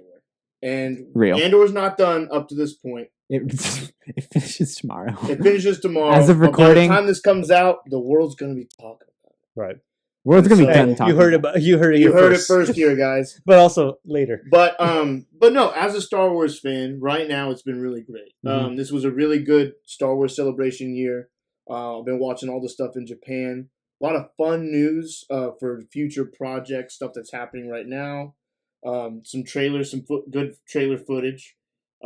Some of it leaked. We weren't supposed to watch it, but it's out there if you want to go to that part of the web. Oh, they know that it's going to leak. Yeah. It leaks every time. Yeah. But it's been a good time to be a Star Wars fan. I know sometimes being a Star Wars fan comes with a lot of like infighting, stuff not being good. You know, we talked about the Acolyte, stuff like that. Right now is a good time to be a Star Wars fan. Between game news, movie news. I mean, Ryan Gosling is going to be in a Star Wars movie. So, ladies, if you've never watched Star Wars, now's your chance. In a couple of years. But director and actor, that's fine. Yeah. I think Ryan Gosling's cool, so him being in Star Wars is cool. It's the title gave me nothing. Like we've had Starfighters before, but being post sequels is the most interesting part to me. It's Levy who did the all the Deadpool stuff. What's it? Sean Levy? Yeah. Sean Levy. I mean, I like him. I have nothing for or against him, so he's just he's directing? Yeah. Okay. Yeah. So him doing Star Wars, like, okay. That feels weird. I still really want that Taika Waititi Star Wars movie. That's the one I'm the most like, please, Lucasfilm. He was wasted on Marvel, dude. That guy should have been doing the craziest, best Star Wars content we've ever seen. After Jojo Rabbit, I really want him to do a Star Wars movie. But some of the stuff with the new Mandalorian and Grogu movie. Yeah. Sigourney Weaver's coming in, playing a big part. Some of the stuff they showcased about that. The preparation they gave for Andor was really great. I'm really loving the love that Andor's getting, so much so that some of the episodes are going to be back in theaters to play before the Rogue One showing at select theaters. Yeah. If I had an 8-hour time period to devote to that, I would find a movie theater. I don't think I'll be able to do it. So from what I heard about that was that it's going to be re-edited into a shorter time frame, yes, and then go into Rogue One. Yeah. Well, they've been adding 3 episodes at a time because each 3 episodes happens within the same BBY, and they're meant to watch 3 at a time, like this year. Then it skips, then you watch the big stuff of this year. Yeah, and I've liked how they did that to where now something like this really you can condense those to where it's really only like 4. And then you're kind of just watching, 2 movies. Right. I made a joke about 8 hours, but yeah. But no, Andor's been great. I've heard kind of your guys' thoughts on it, but do you want to tell them? As of the recording, yeah, we haven't finished the last 3, but we've been enjoying it. I think it's been peak Star Wars. I don't know. Does it compare to the first season? Probably. I think it builds. You think it's better? It's better, but in the same way that you can't enjoy it if you haven't watched the first one. So that's why I say builds. Sure. Like it's not like Daredevil where it's like, oh, you can almost do without one. I mean, dude, all of Andor. Like, yeah, because it's one whole story. Dude, there's people I've met that haven't watched season 1, and I'm are you kidding me? And so I'm really I'm hammering on them. Like, well, look, there's people. Go back. There's people that think Andor is boring, and I don't get that. I get it. I don't because it's because there's no it's dialogue driven. Because there's no lightsabers. There's no lightsabers. There's no force use. I think that's a bit oversimplifying it because I think that there are 2 camps really. There are people who have Andor as their favorite Star Wars show, and there are people who have specifically the first 2 seasons of The Mandalorian as their favorite Star Wars show. I think both of those are valid because they are very different shows. I think Andor is technically speaking better, and I like it more because it's also just more my kind of story. I like slow burn everything, honestly. And I appreciate Mandalorian as like a much faster pace. It's definitely more accessible. Right.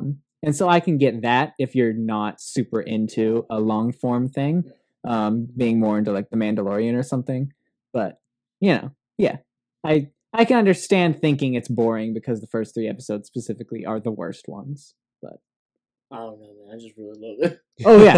Andor is... I'm going to add on to that by saying Andor is my favorite television series of all time. It's one of those things that I'm so close to and I like so much, I can't comprehend why someone doesn't like it. Because I'm like, what are you even talking about? Like, it's slow? And it's like, then you find out, well, Hayden binged it. So, that's why it didn't seem slow. It was his whole Saturday. Yeah. So, I don't know. I mean, I could be wrong. I really love it. Yeah, I mean, I didn't binge it, and I didn't think it was slow, but I think it's just preference. Yeah. What you're saying, it's just some people don't want to see a bunch of talking. I also really love Mandalorian, so that's why I do too. It's crazy that there's people that's like, well, it's either or, and I'm like, what? Just have both. Yeah. We have both. Yeah. You don't have to choose. Yeah. They're both. You have Disney Plus. Yeah. You can watch them both. But I think the difference is if you like character driven stories where it's slower paced, you will also like the more action, fast paced stuff. But if you prefer the fast paced stuff, it's harder for you to like. I guess so. So I think that's the difference. Yeah. Again, it's just I feel like the reason I can't comprehend it is because of how close I am to just I really love Star Wars to the point where when it has let me down, it's hurt a lot, and that's not fair because it's just a fictitious thing, and Hayden's okay. It's allowed to suck at times, but it's just Like I believe you guys. It's hard for me to say anything along those lines because I'm like, guys, it's just Star Wars. Like, you don't like it? Like, I don't get it. Like, yeah. I mean, but that's what we're trying to do is break down the idea of like why, you know. Now, if we want to talk about why Acolyte didn't do good, I'll talk about that. I didn't like Acolyte, but there's people that liked Acolyte. That's what I'm saying. Like, you know, there's fans for all. And I'll tell you, Acolyte does not feel like Star Wars. So, I mean, that's an old episode, but... Okay, but what about Andor, which a lot of people says doesn't feel like Star Wars? Dude, go back. Watch it. It's literally the creation of the Rebel Alliance.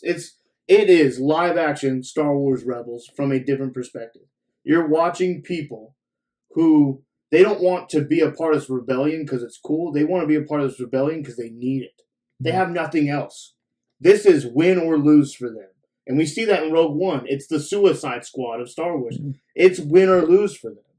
And so watching it from this guy's perspective, every little thing is win or lose for this guy. Because it's almost like he's already lost. But he can win for everyone else. And so all the other stuff you even care about or like happened because of these characters making these choices.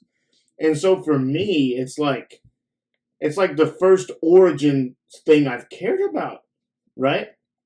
And so, I don't know. Like, if for people that don't feel like it is Star Wars, I feel like you have a misconception of what Star Wars is.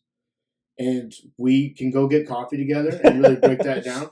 Because I love talking Star Wars, and I want to hear your perspective. This isn't me being angry. I really want to legitimately hear why, because those are the same people that really feel like the sequels weren't bad. And if a person's younger and they like the sequels, then I get it. It's your age. This is now your Star Wars. The older people that are defending the sequels, I want to know why. Because then it's like, okay, well then how did you take Star Wars? Yeah. Because I know some people that have enjoyed Acolyte from a cinematography point where they're like, I love the fight choreography. I love it. Okay, I understand why you liked it. For a Star Wars fan to defend the Acolyte, I'm like, okay. So what YouTube video did you watch that convinced you that this was the great new thing? Like, I just want to know because I'm like, it goes against all of this lore where Rogue One doesn't do that. I mean, it's tying in cartoon stuff. Yeah. Like, it's so good. Yeah, but what he said is people are saying that it doesn't feel like Star Wars, right? There's a certain, I don't know, John Williams carries those movies with the score. There's almost right? a whimsy to it. Yeah, he does like pretty much everything. For me, Star Wars isn't just the lightsabers. Star Wars isn't just the Skywalkers. And I feel like the people that say it doesn't feel like Star Wars, it's those people. I know, but well, yeah, I sure it might be, but I think my answer. I'm just trying to give it. Yeah, but I'm saying like there's certain things in a Star Wars movie that you don't see in Andor. Now, I think Andor is fully part of Star Wars. Yeah. I'm just trying to see it from their side. You get aliens, weird aliens all the time, right? They're playing in the cantina, and the music, the way that the screen swipes. Yeah. When they're going from one place to another, right? The transitions, like so just that's all. Swipe, I guess. That's all missing from all of it. Not just the swipes. I just gave you other things. There's cantina stuff. There's music. Mon Mothma literally. Dude, she literally gets turned at a wedding. When do they do that in other Star Wars? They do at the cantina. It's just not Luke Skywalker. You see, people they're not dancing. No, they're not dancing to Daft Punk in the Star Wars movie. Listen, Bert, you argue. Like, I don't know which side you're on now. I told you which side I'm on. But it's confusing me because I'm trying to answer, and then you're like, well, no. And I'm like, Bert, I am telling you that it doesn't make sense because they're wrong. So it has to be, there's no swipes, I guess, no laser swords. Like, I don't know what you people want because this is Star Wars. It's the creation of the whole Rebel Alliance, which is the whole Civil War. For your grandpa's Star Wars. So I don't know. So Bird, I guess I don't know. Because there's no real reason for it to not be Star Wars. Valid reason for you. No valid reason. Yeah. Maybe it is the swipes. Just the screen swipes. It's maybe just the swipes. Because that's the only example I gave. All right. What else do you have? on Star Wars. What was the first Star Wars movie for you in theaters? I'm just curious. Theaters, The Force Awakens. Oh, and I yeah. remember not liking it very much. Yeah. I remember thinking that was cool, and then just moving on. Bird, first Star Wars movie in theaters. First Phantom one? Menace. I did watch the prequels in theaters. Yeah. It was probably Episode 1. Phantom Menace. Yeah.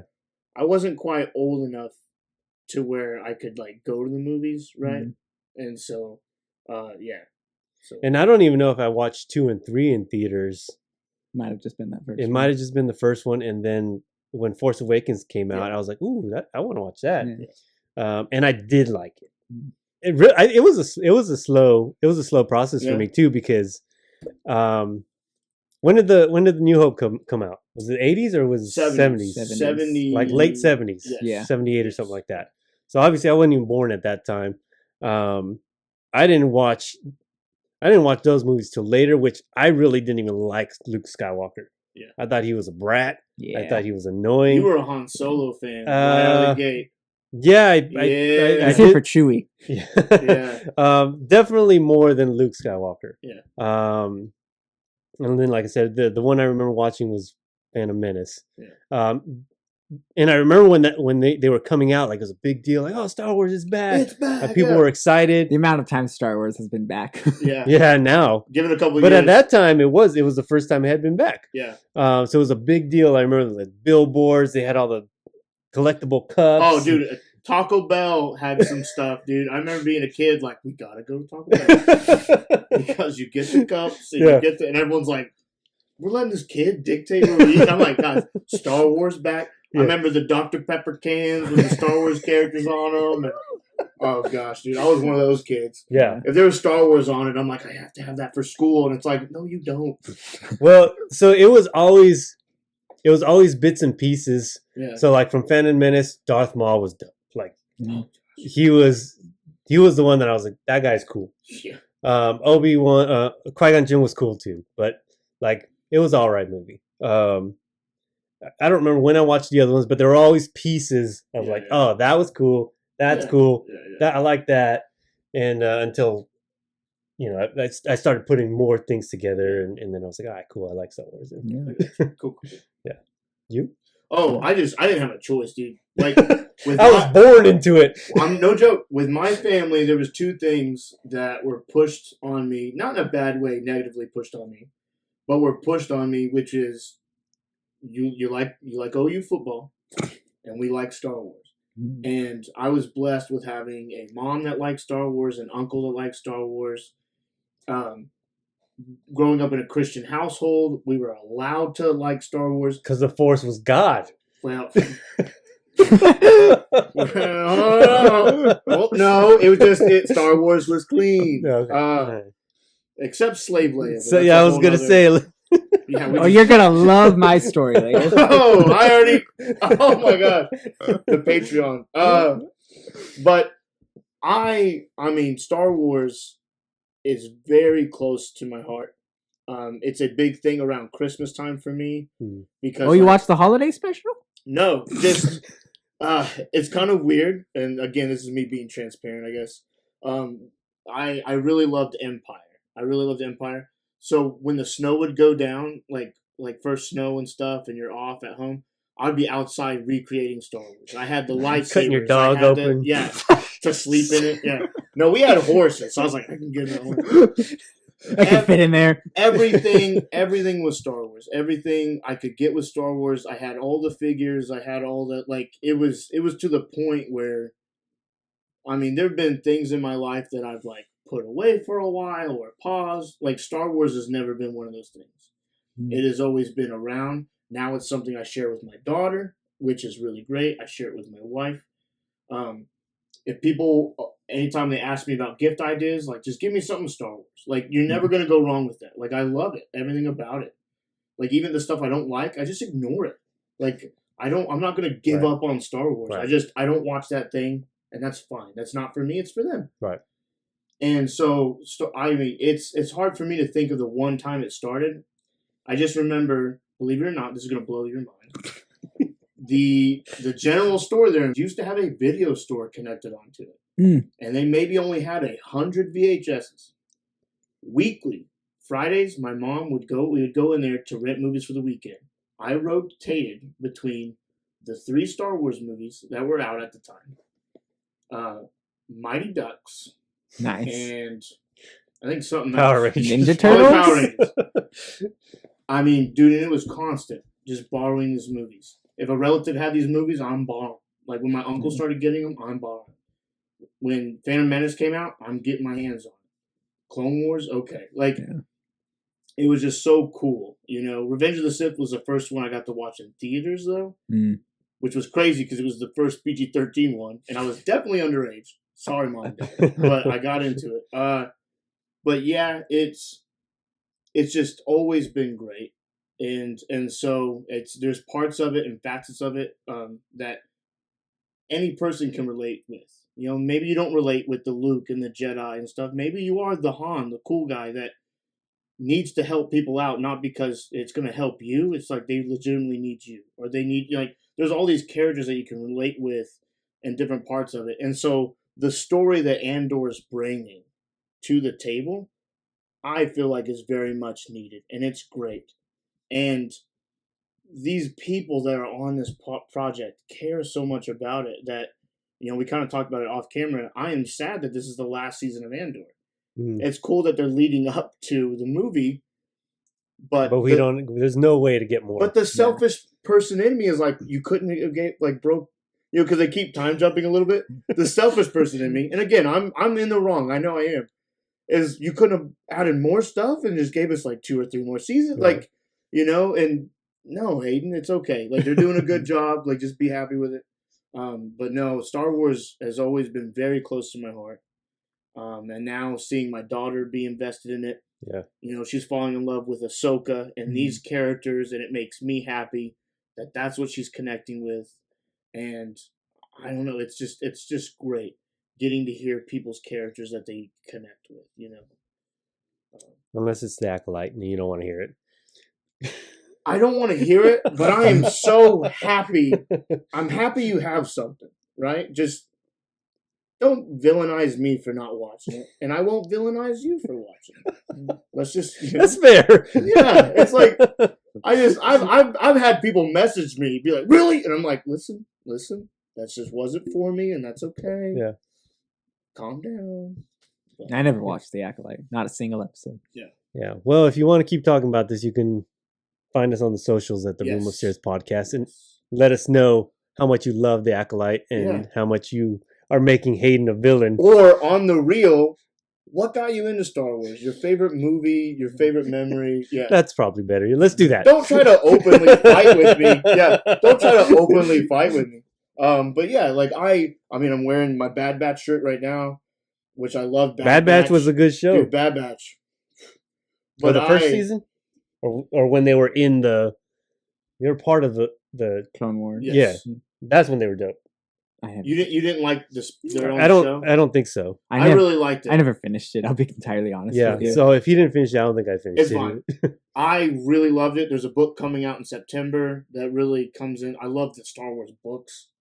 I know there's predominantly like a movie podcast, but there's really good Star Wars books out there too. It's fandom, man. That's fandom. Hey, dude, I'm like, we're talking about books. Yeah, we'll do that for the next hour, Ranters. Yeah. Unless talk about Jane Eyre. We got real fandom.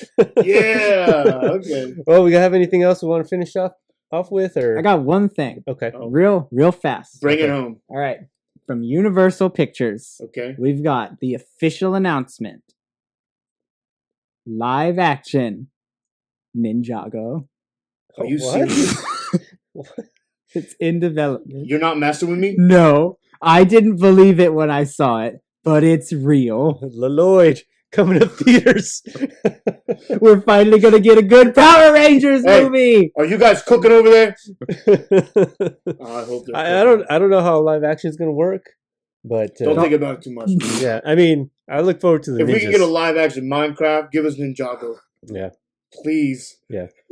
I don't know. And the whole point of it is that it's Lego. I'm not sure how I feel. That's what I'm saying. But at the That's what I'm same saying. point, I watched the show and there's like no emphasis on the fact that they are Legos. Dude, So, I'm watching through it with my daughter.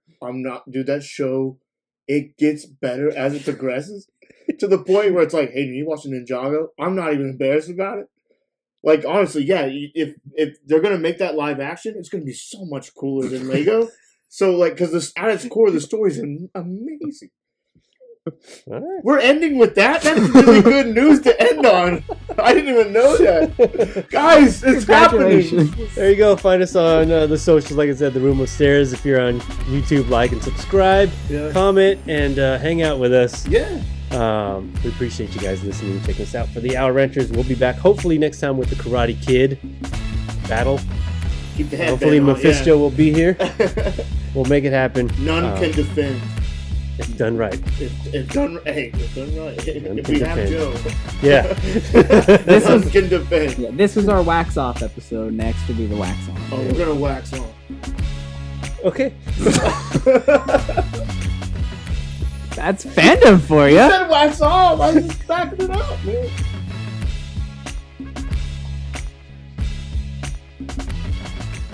But I'm glad you brought up Bloodsport. Kind of a fun fact. Do you know the guy that got them to make that movie? Frank Dukes? He convinced them it was a real tournament. Yeah.